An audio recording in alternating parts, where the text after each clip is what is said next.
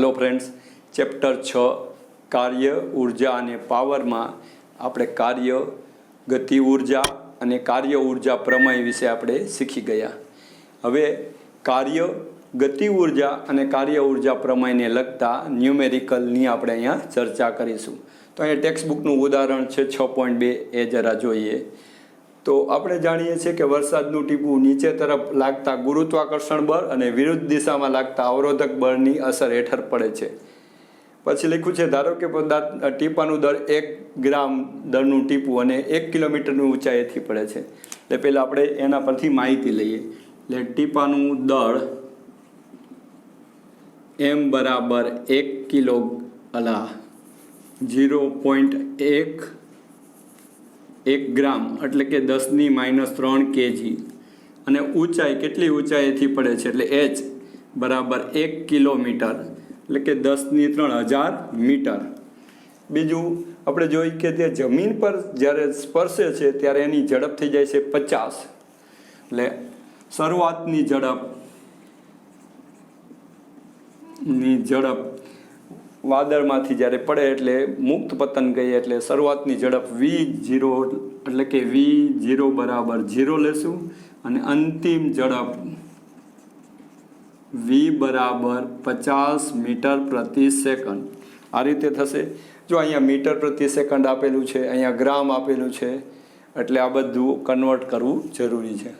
તો આપણે પહેલાં વાત કરીએ કે શરૂઆતનો વેગ 0થી વધીને 50 થશે એટલે ગતિ ઊર્જા વધી. એટલે ગતિ ઊર્જામાં શરૂઆતની ગતિ ઊર્જાનો ફેરફાર ડેલ્ટા કે બરાબર અંતિમ ગતિ ઊર્જા ઓછા શરૂઆતની ગતિ ઊર્જા. ગતિ ઊર્જાનો ફેરફાર અંતિમ ગતિ ઊર્જામાં અંતિમ વેગ લઈશું v² - 1/2 mv02.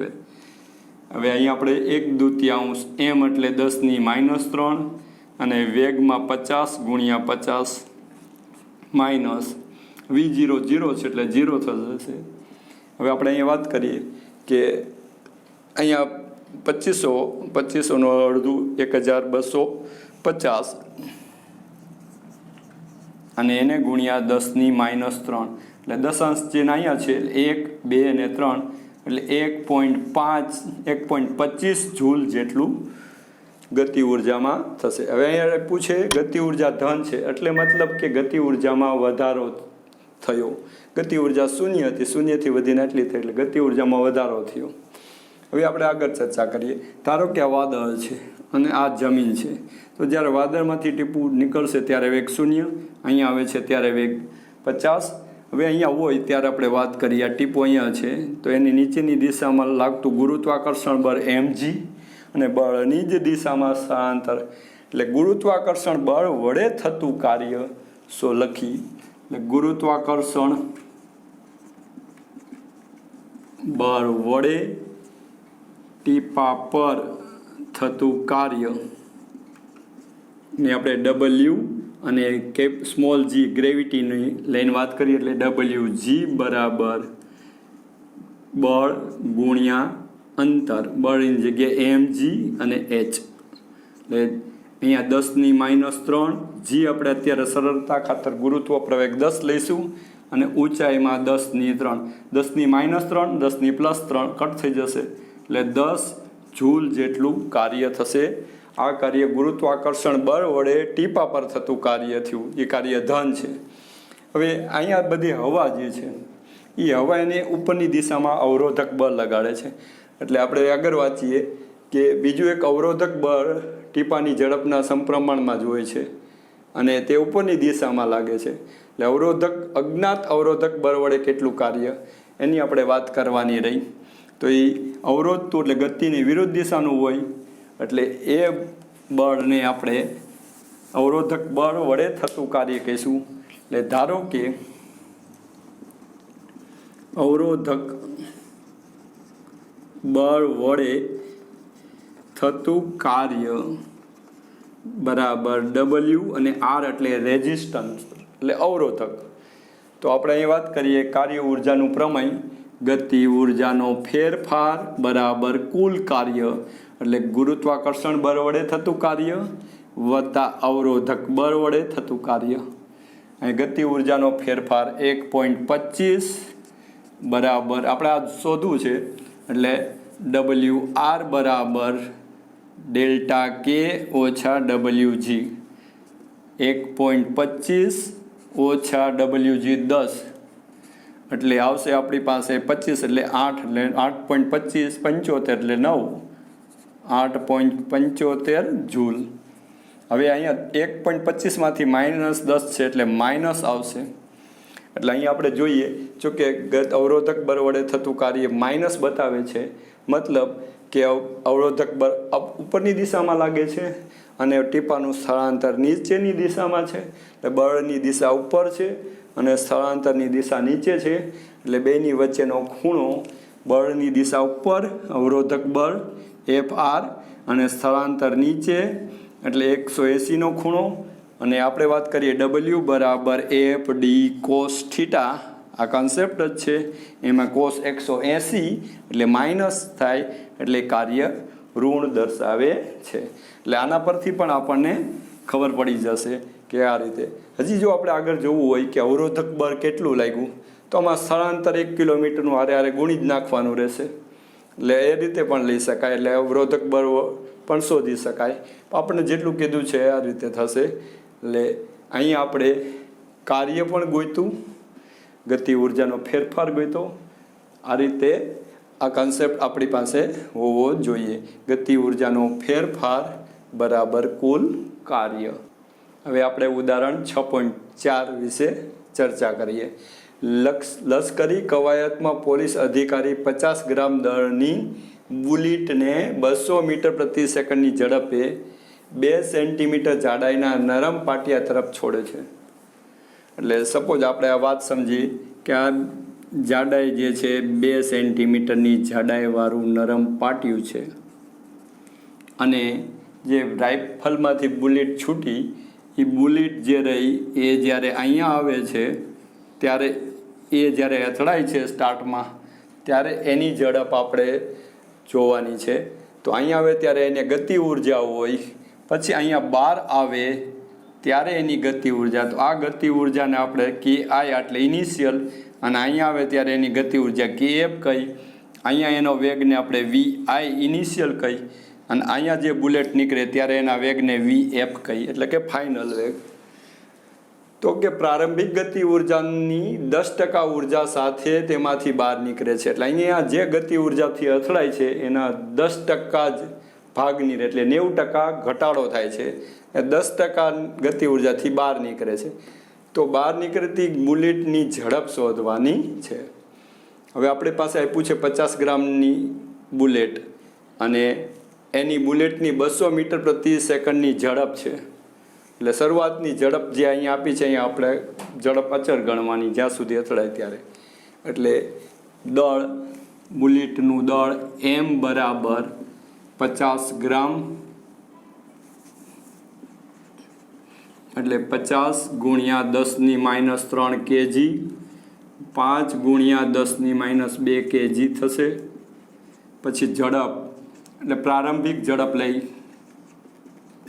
પ્રારંભિક ઝડપ VI એટલે ઇનિશિયલ 200 મીટર પ્રતિ સેકન્ડ. તેથી પ્રારંભિક ગતિ ઉર્જા આપણે ગોતશું KI. ગતિ ઉર્જાનું સૂત્ર 1/2 mv², એટલે 1/2 mvi², 1/2 એટલે આપણે KI બરાબર 1/2 ગુણ્યા 5 ગુણ્યા 10⁻², અને VI એટલે 200 ગુણ્યા 200. હવે આપણે અહીંયા વાત કરીએ કે અહીંયા બે જે છે એ આપણે ઉડાડીએ, કટ કરીએ, 1 કરી નાખીએ. એટલે 2 200 ને બીજા મીંડા એટલે 2, આ બધું એમ નામ રાખીએ. 2 × 2 = 10, એટલે આ 10 કરીએ. પછી અહીંયા 2 મીંડા અને બીજા 2 એટલે 4, એટલે 10⁻4 થઈ, અને 10⁻2 એટલે 10⁻2, એટલે આપણે અહીંયા વાત કરીએ 1000 જૂલ જેટલી ઉર્જા થશે. એટલે પ્રારંભિક ગતિ ઉર્જા 1000 જૂલ. હવે એ જે આપણે વાત કરી છે કે જે પાટિયું જે છે નરમ પાટિયું એની જાડાઈ 2 સેન્ટીમીટર, એમાંથી જ્યારે બહાર નીકળે છે ત્યારે ફાઇનલ ગતિ ઉર્જા 10% ભાગની જ રહે છે. એટલે અંતિમ ગતિ ઉર્જા એને આપણે KF કહી. તો શરૂઆતની કેટલી, તો કે 1000 છે, એનો કેટલો 10%, એટલે 10 ગુણ્યા શરૂઆતની છેદમાં 100. આ રીતે ગતિ ઉર્જા શોધી શકાય. એટલે 10 ગુણ્યા 1000 છેદમાં 100, એટલે 100 જૂલ જેટલી અંતિમ ગતિ ઉર્જા થઈ. હવે અંતિમ ગતિ ઉર્જા KF બરાબર 1/2 mvf², અંતિમ ઝડપ. તેથી vf² બરાબર 2kF/m. એટલે આપણે અહીંયા વાત કરી 2 kF એટલે 100 છેદમાં m એટલે દર જે છે એ 50, એટલે કે 5 ગુણ્યા 10⁻². એટલે આપણે અહીંયા 2 પંચમાંશ રાખીએ અને આ 10⁻² ઉપર જાય એટલે +2, અને બીજી આ 2 એટલે 10⁴ લઈશું. આ 2 પંચમાંશ એટલે 4/10 ગુણ્યા 10⁴, એટલે 1 કટ થઈ જશે, એટલે 4 ગુણ્યા 10⁻3, એટલે આટલો આપણે થશે. હવે આપણી પાસે શું આવ્યું આપણે જોઈએ પહેલાં.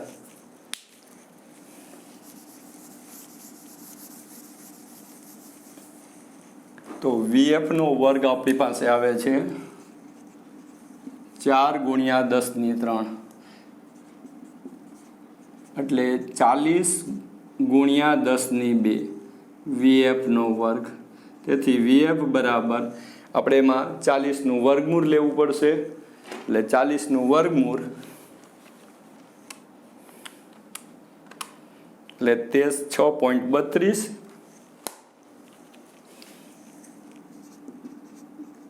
ગુણ્યા 10⁻1, એટલે 63.2 મીટર પ્રતિ સેકન્ડ એની અંતિમ ગતિ ઉર્જા થઈ. બરાબર. અહીંયા આપણે આ રીતે પણ જોઈ શકાય કે 55 25 56 36, એટલે 36 નીચે આવે છે, 7 49, એટલે 36 એની નજીક છે અને મધ્યમાંથી છે નજીક, એટલે 6.3 કે એવું સમથિંગ આપણે એવરેજ આવું કાઢી શકીએ. હવે આપણે અહીંયા VF અંતિમ ગતિ ઉર્જા આવી ગઈ. તો આપણે જોયું કે શરૂઆતની ગતિ ઉર્જા શરૂઆતની ઝડપ કેટલી હતી? 200. તો 200 ઝડપ હતી, એમાંથી 63.2 થઈ ગઈ ઘટીને, એટલે આપણે બાદબાકી કરીએ એટલે 0.8, અહીંયા 9માંથી 3 જાય એટલે 6, 9માંથી 6 જાય એટલે 3 અને 1, એટલે આટલો ઘટાડો થશે ગતિ વેગમાં. તો શરૂઆતનો વેગ કેટલો હતો? તો કે 200 ઝડપ, અને ઘટાડો કેટલો થયો? તો કે 136.8. તો 200 એ આટલો ઘટાડો, તો 100 એ કેટલો? એટલે આપણને ઘટાડો આવશે. એટલે 136.8 ગુણ્યા 100 છેદમાં 200, એટલે 136, 2 વડે 2 છક 12 અને 2 અઠ્ઠાને 16, 4, એટલે 68.4% જેટલો ઝડપમાં ઘટાડો થાય. તો આપણે અહીં વાત કરીએ ગતિ ઉર્જામાં 90% ઘટાડો થાય છે, તો સામે ઝડપમાં 68.4% ઘટાડો થાય છે. એટલે એવું હોતું નથી કે આમાં ગતિ ઉર્જા અંતિમ 10 રહે, એટલે આમાં અંતિમ વેગ 10નો જ રહે, 10% જેવો રહે એવું હોય નહીં. કારણ કે સૂત્રમાં ગતિ ઉર્જા KF અને અહીંયા સ્ક્વેરનો સંબંધ છે, એટલે આ અલગ રીતે થશે. તો તમે અહીંયા આપણે ગતિ ઉર્જાનો લગતો એક દાખલો શીખી લીધો. હવે આપણે આ રીતે ગતિ ઉર્જા કાર્યને લગતા કોઈ પણ દાખલા હોય તો આપણે આ રીતે ગણી શકીએ. હવે આપણે એક ગતિ ઉર્જાને લગતો એક એક્સ્ટ્રા ન્યુમેરિકલ જોઈએ. એક પ્રોટોન અને એક ઇલેક્ટ્રોન 100 ઇલેક્ટ્રોન વોલ્ટ જેટલી ગતિ ઉર્જા સાથે ગતિ કરે છે. પ્રોટોન અને ન્યુટ્રોન પરમાણુની અંદર રહેલા હોય અને એની ગતિ ઉર્જા એટલે કે ઉર્જા માટેનો એકમ ઇલેક્ટ્રોન વોલ્ટ છે. આપણે વાત થઈ કે ગતિ ઉર્જાનો એકમ જૂલ વાત કરી. MKS પદ્ધતિમાં, CGS પદ્ધતિમાં અર્ગ કીધું તો 1 જૂલ બરાબર 10⁷ અર્ગ કીધું. એવી રીતે અહીંયા 1 ઇલેક્ટ્રોન વોલ્ટ બરાબર 1.6 ગુણ્યા 10⁻19 જૂલ આ એનું કન્વર્ટર છે. આની ચર્ચા આપણે ધોરણ 12માં આવતા ચેપ્ટરમાં વિગતવાર ચર્ચા કરીશું. અહીંયા આપણે બીજી વાત કરીએ કે ME એટલે ઇલેક્ટ્રોનનું દળ આપ્યું છે 9.1 ગુણ્યા 10⁻31 kg અને MP એટલે P ફોર પ્રોટોનનું દળ આપ્યું છે 1.67 ગુણ્યા 10⁻27 kg. બંનેની ગતિ ઉર્જા 100 ઇલેક્ટ્રોન વોલ્ટ છે. એટલે આપણે અહીં વાત કરી ઇલેક્ટ્રોનની ગતિ ઉર્જા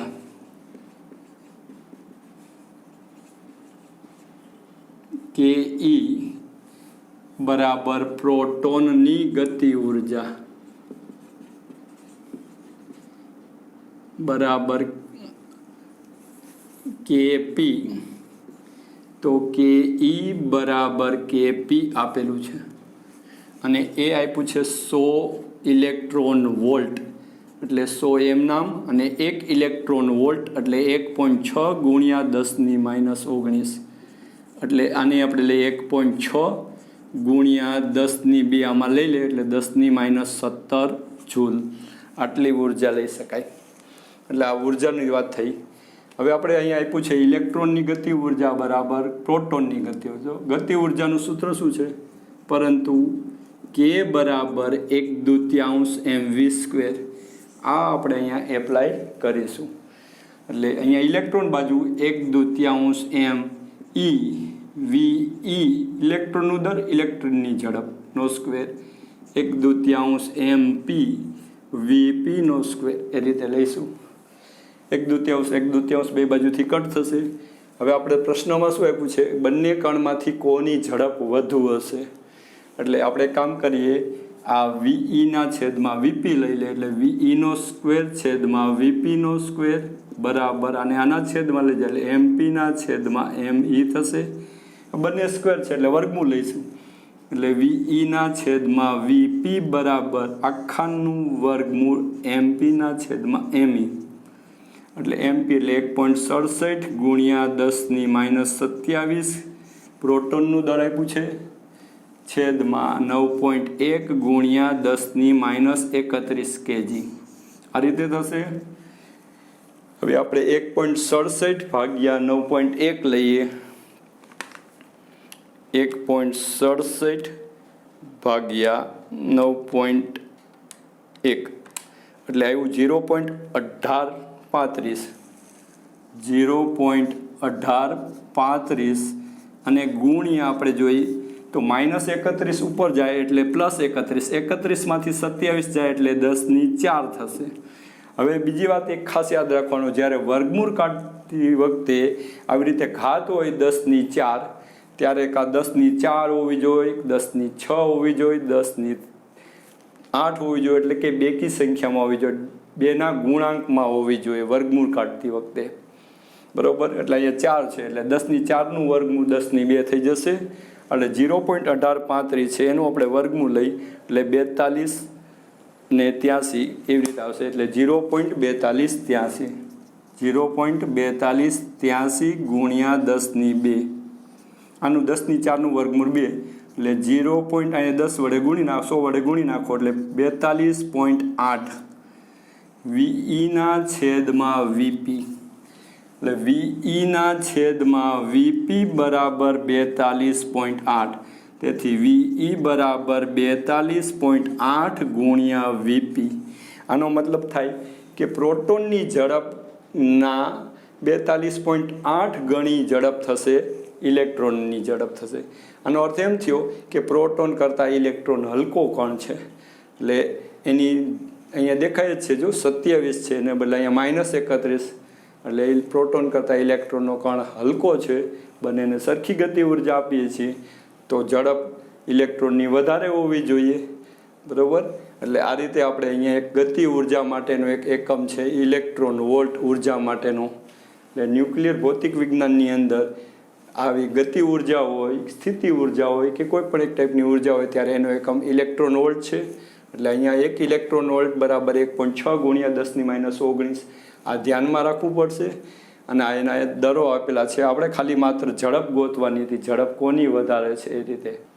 તો ફ્રેન્ડ્સ, મારા વિડીયોને શેર કરો, લાઈક કરો અને ચેનલને સબસ્ક્રાઈબ કરો. Thank you.